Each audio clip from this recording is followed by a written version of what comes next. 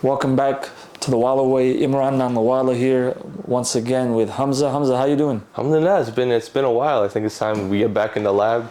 Yeah, man. There's a lot of news to talk about. We missed the finals. We didn't talk about the finals, and then there's been the draft, which obviously you mentioned yourself that it wasn't a very deep draft, but some surprises, some trades, and then now some very interesting trades and free agent signings. Yeah, it's been an exciting free agent kind of period, and then I think there's a lot of players that are signing for contracts that maybe look back in a few years, like are going to be looked back at in a few years, like, okay, maybe he's not worth that much. I think if you go back to I think 2016, where you saw like Alan Crabb getting 4 years, 75 million, Timothy Mozgov getting I think 4 years, 70+ million.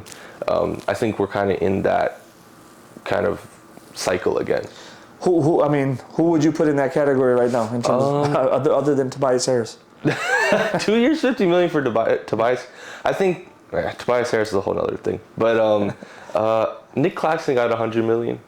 Well, what? Yeah, he signed for 100. 5 years, 5 years, 100? 4, I think. Well, he got 25? I think so. Who gave that to him? The Nets. So he kept it stay with the Nets. Okay. Yeah. Which isn't, now that I'm thinking about it, it's not too bad because he's like, your starting center. Yeah. But that kind of came out of left field for me. I'm trying to think off the top of my head. I'd have to look it up, but I've just seen some contracts where it's like, KCP's contract was good for what Orlando needs, but there's been a few signings that are a little iffy. You know what the issue is with the TV deals and all those things that change, and the players being able to earn more, that kind of changes the parameters of what players can make, right? Yep. So for me, I find myself being stuck in the early to mid 2000s around those salary parameters. Around like, this guy got 20 million used to be the max. Yeah. Right? So this is like Tim Duncan was barely getting 20 at time. Like, so when you get role players making 20, but it's also a shift in terms of this is what the new norms are, right? It's relevant to what the market is. Look at what coaches are making now, right? That's true. So, yeah, for me, man, I was just watching a clip earlier in the day of Brian Windhorst. Okay, yeah. And he was talking about like his top acquisitions or top moves that he's rating for the summer. And I liked it, man. He brought up actually, no, he did not bring up the Caruso move. Someone else on the panel brought up. So when we look at the fact that the Thunder, who are already the number 1 seed, got a all NBA second team defender. Easily, yep. Right? A capable 3-point shooter. Mm-hmm. And they got Herdestein from the Knicks. That's their one need, I think. They need like a real big, so Chet can play the 4, and then Hardenstein can just... And what great experience for him in terms of what New York was able to do. Exactly. He was really shining, man. Yeah, he was kind of like I think he was on the Clippers before, and he was like the backup to Zubac. Yep. And you kind of see him, he'd have some flashes, or he has like a nice little floater in the paint.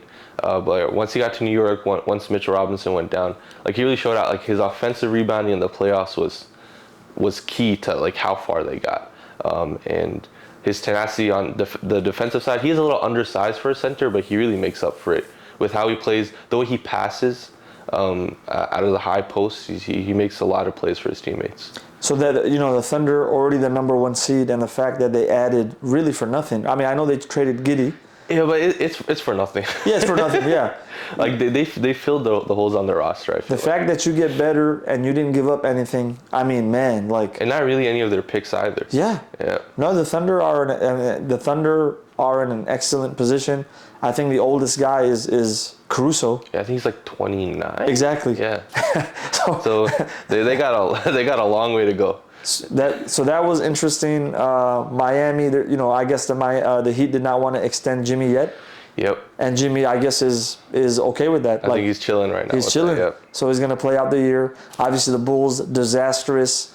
They picked up Giddey. Yeah, I don't think they know what they're doing completely. Because did you see that report that DeRozan was like, when they got Giddey, he was like, that's the last straw, like he wants out. Yeah, so DeRozan is done. Yeah. So DeRozan is done. The Kings are interested in DeRozan.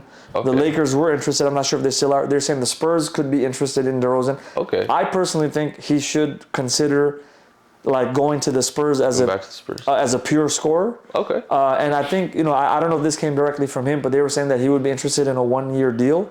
So he could get more money next summer because a lot of teams are not throwing a lot of money at him this summer. Okay. So, if he's looking for a short-term deal, man, to throw him on that team, just another proven scorer mixed with that young talented team. Yep. That'd be interesting. I think for DeRozan, I don't know. I think the Lakers would be a good spot for him because he's back home in LA. Yep.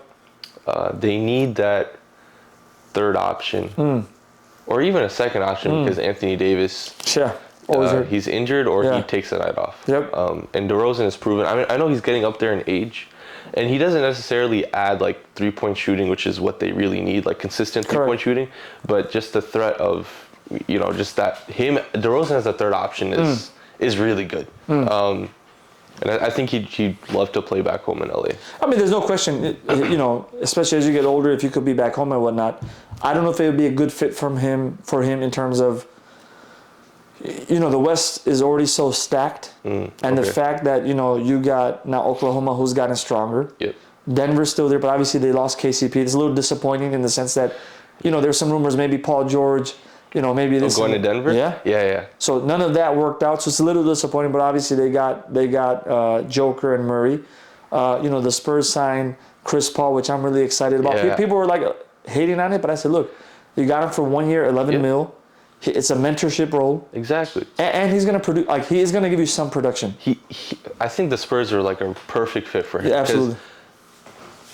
On Golden State, it was kind of iffy. Then he ended up getting hurt. Yep. And obviously, I mean, he's older now, and he's always had injuries in his career. But even, again, as a mentor for the young Spurs, for Wemby, to even have the mindset to get Wemby the ball where his teammates just weren't looking for him last season.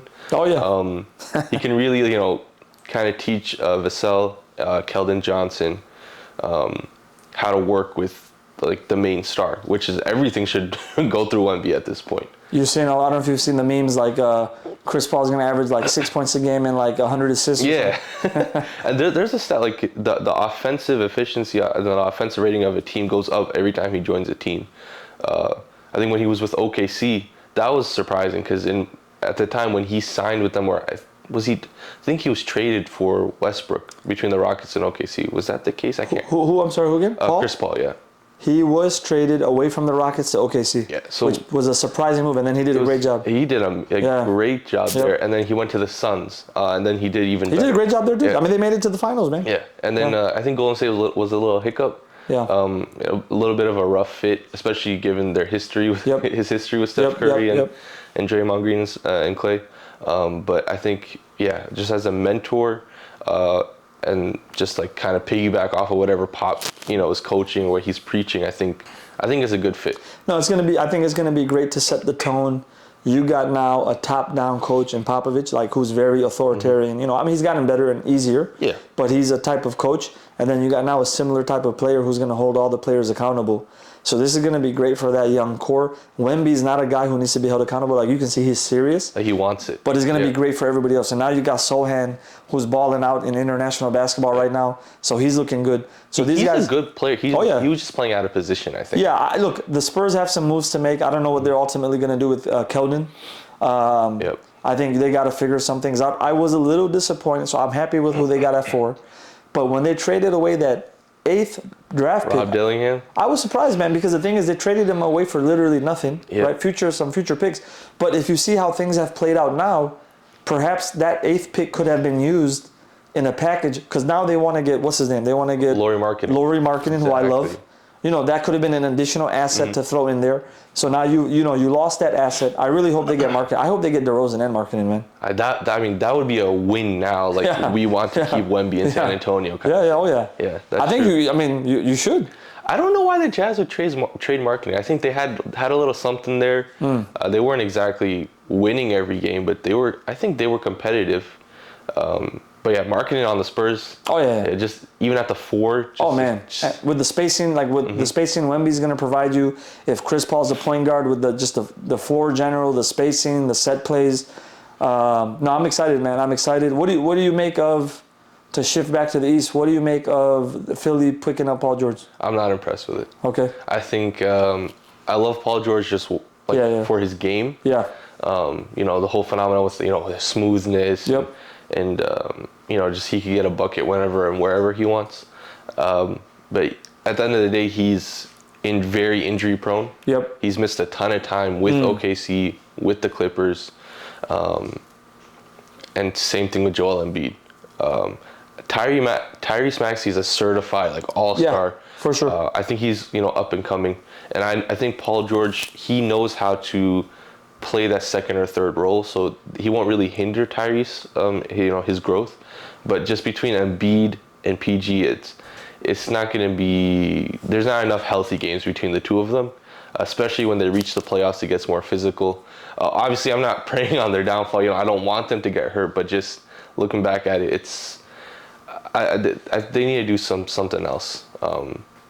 I know they re-signed Kelly Oubre. They got rid of Tobias Harris, which is a plus, I think. You got Drummond. Yeah, they got Drummond, who's a great backup center. Yeah. So they're not a bad team. I think their big three is better than the Suns' big three.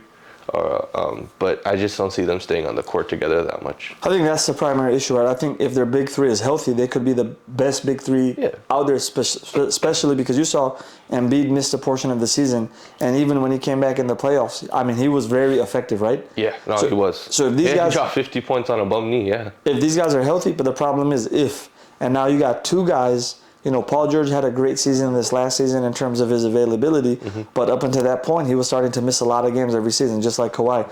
So I think if this is a perfect world, Paul George as your third scorer makes perfect sense. It's much better than him being your second primary scorer, in my opinion. But given the fact that these are the Philadelphia 76ers, and you got to rely on the fact that Paul George and Embiid are going to stay healthy, I think from that perspective, it wasn't a good move, but at the same time, I'm not sure what else they would have done, right? That's to compete. I think the East is really heating up. Yeah, I agree. But to be honest, I wouldn't even say they're top three in the East. I mean, if healthy or if even if really, so if we're looking at the Celtics, right? Jaylen Brown, Jason Tatum, Derek White, Drew Holiday, right? Yep. Kristaps Porzingis, they're all signed. Like they're all playing next season. Yeah. That's good. I think the Knicks beat them out. We haven't gone to my Knicks yet, but with the signing of Mikal Bridges, OG coming back, so we got Bridges, Anunoby, Brunson, Hart, DiVincenzo. Our big man. You forgot your big man. Mitchell Robinson, right? The other big man. And Julius Randle, right? That's another team, right? Yeah. I think for the third spot, it's a toss-up between the Bucks and the Sixers. I think Lillard's going to come into the season locked in. Yeah. Giannis is going to, they have another year. He's killing right now in the Olympics. Exactly. Right. I think he was like 11 for 11. Yeah. 34 points, something like that. In like 18 minutes. Yeah. I mean, it was like he's locked in. I think he's kind of been forgotten in this whole new like Embiid versus Jokic. Yep. Celtics doing good, Mavs doing good. Giannis is still there, right? I think I don't trust Doc Rivers, but I think it's a toss-up at the 3 spot, and I trust Giannis over Embiid. Makes sense. So let's go straight to your Knicks, man. What do you got in mind? That was like my dreams. That was my dream scenario. And in my head, I was like, not even from a business standpoint, but just from like a city standpoint. Why would you trade with your rival, your in-city rival? Like it didn't make sense. I thought maybe once Bridges. They got 5 draft picks though, man. Yeah. So I thought once I always wanted Bridges to go to the Knicks, but I was like the Nets would never do it. But then that haul, the 5 draft picks, I think it was worth it in the end. They should go into full rebuild mode.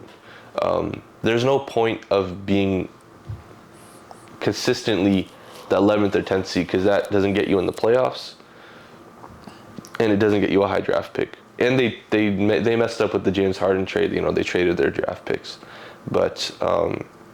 I think Bridges to the Knicks, they already have built-in chemistry, the Nova Knicks, right? And then Anunoby, I think they're built to match up with the Celtics.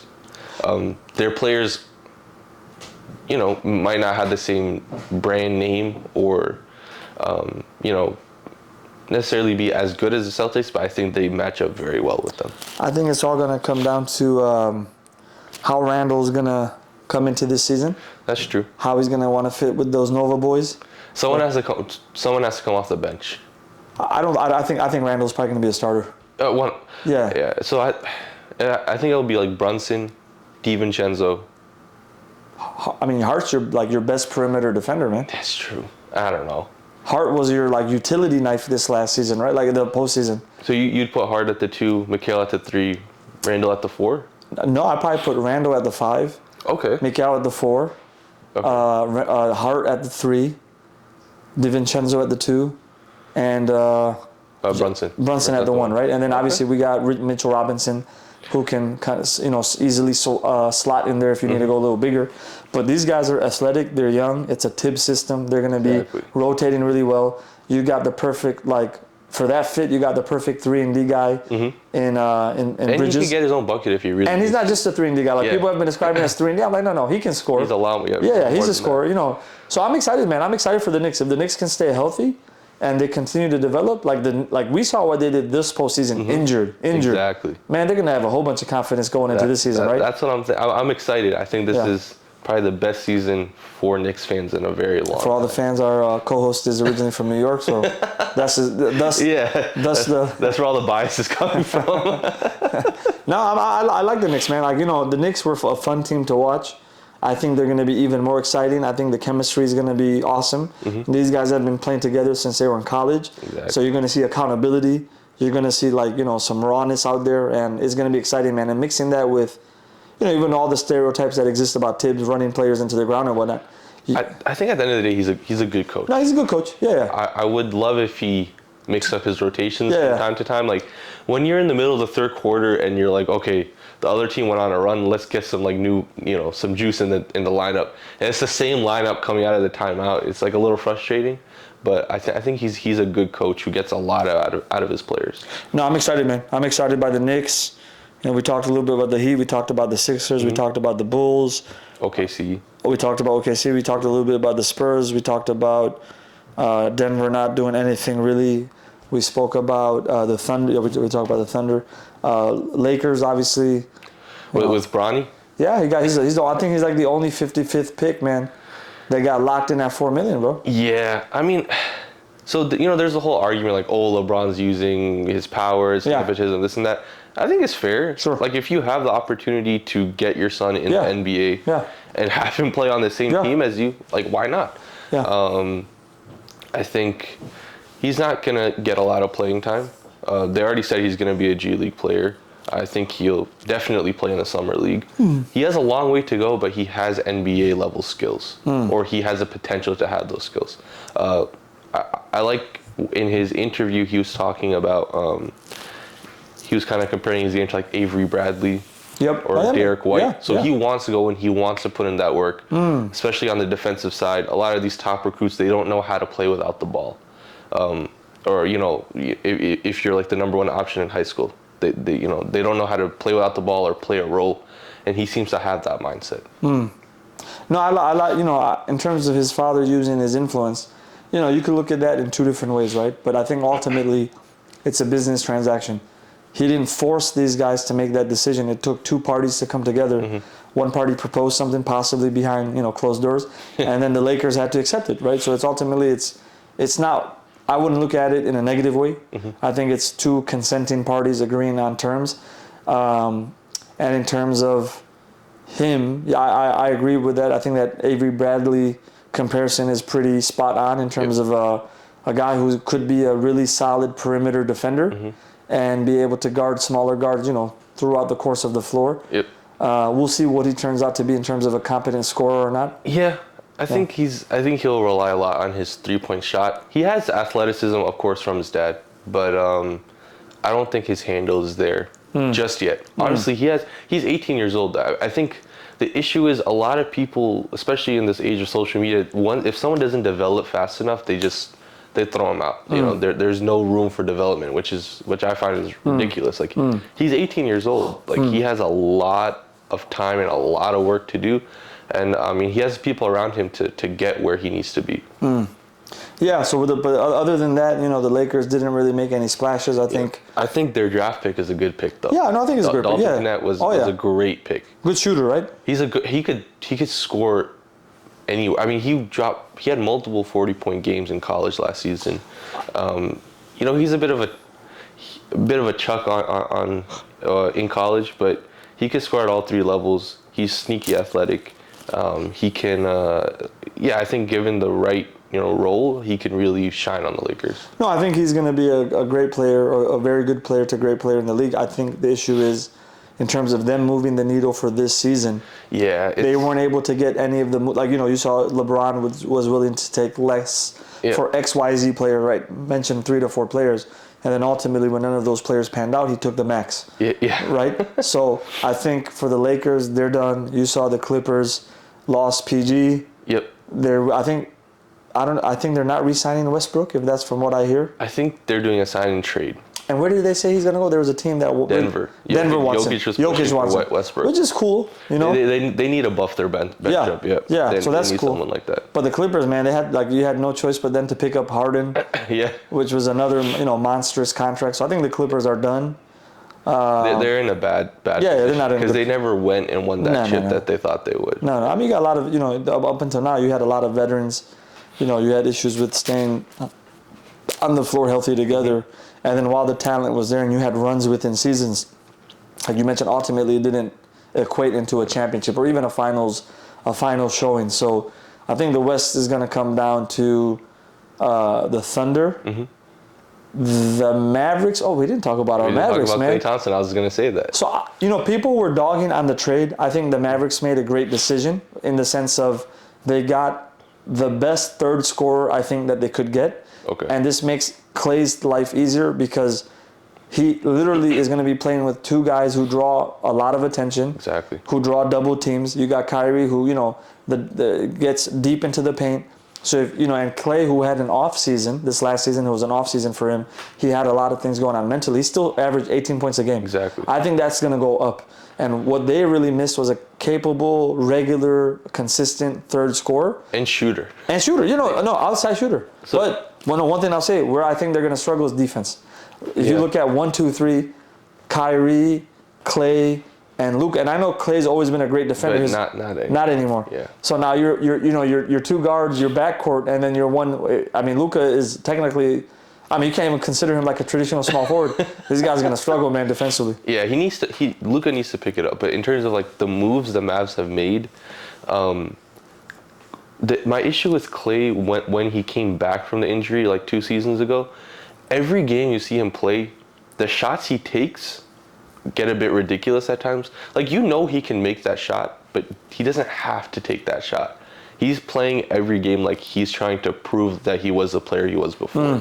That's the issue. I think a breath of fresh air with the Mavs, being able to be that much like that open between Luke and Kyrie, getting him the ball, and just going back to just taking threes, like not over dribbling or going into a contested mid range, which he can hit when he gets hot, But I think just a breath of fresh air is great for him.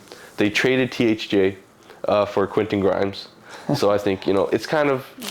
People were saying, "Oh, it's the same player."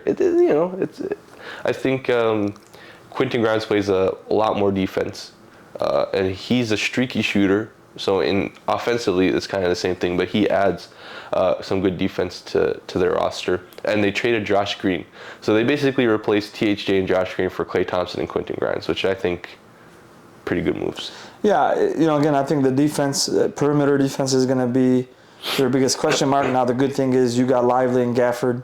Exactly. You got they lost. They lost Derrick Jones. Yeah, I'm sad by that. Yeah, I'm sad by that. But I mean, it's good to see him get paid. He was on a 1-year like $5 million deal. I think it was like the minimum. Who picked him up again? The Clippers.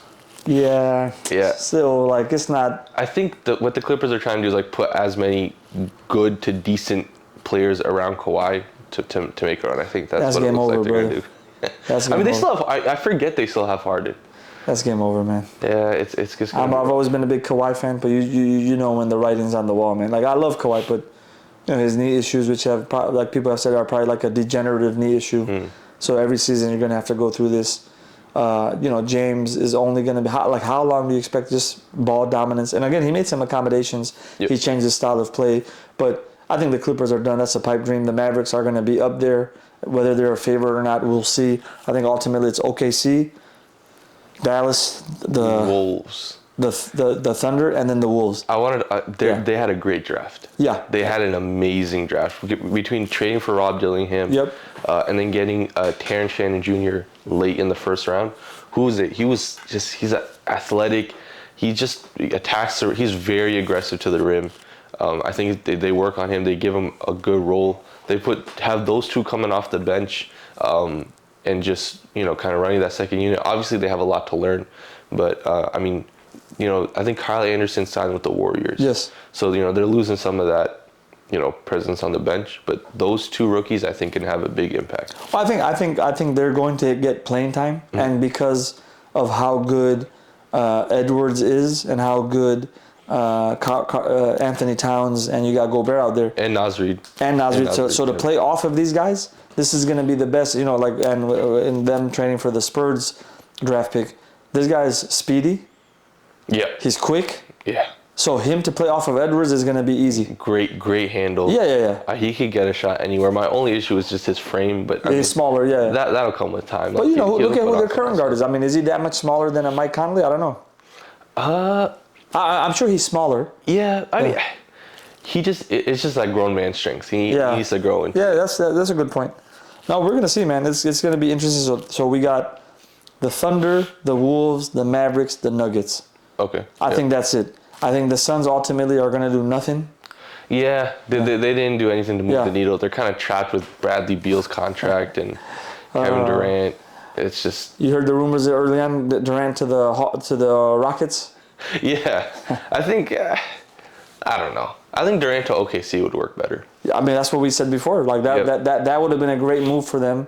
Like, what is Durant really gonna do with players on Houston? And a counter to that is people are like, look, those young guys need a leader, and he's not that type. He's never been that. Yeah. He's never been that. He just wants to hoop. It's not to say he's not. Exactly. It's just he's like, look, man, I'm here to play basketball. Yeah, he's not someone that's gonna like change your culture kind of thing. But I mean, he'll change like your winning like percentages kind of thing. But he's not gonna come in and like change the locker room.